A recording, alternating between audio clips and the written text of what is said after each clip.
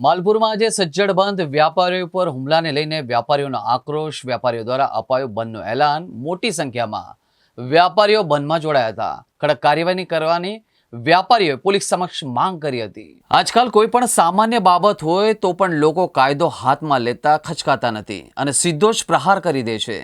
વાતાવરણમાં ભય ફેલવાનો પ્રયત્ન કરતા હોય છે. ત્યારે માલપુરમાં વ્યાપારી પર બે શખ્સો દ્વારા સામાન્ય બાબતમાં હુમલો કરાયો છે, જે સમગ્ર ઘટનાના સીસીટીવી સામે આવ્યા હતા.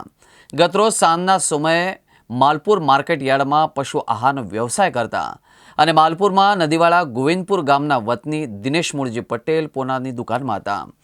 એવા સમયે દુકાનમાં ઉપરના મજલા પરથી કોઈ શખ્સો દ્વારા પતરાના શેડ પર પાણી રેડવામાં આવ્યું હતું.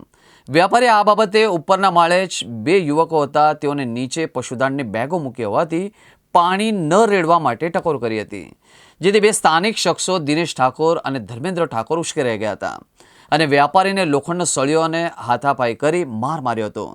આ સમગ્ર ઘટનાના સીસીટીવી સામે આવ્યા હતા. ત્યારે આવા હિચકારી હુમલા બાદ સમગ્ર ઘટનાની જાણ માલપુર પોલીસને કરતા પોલીસ પણ ઘટના સ્થળે દોડી આવી હતી.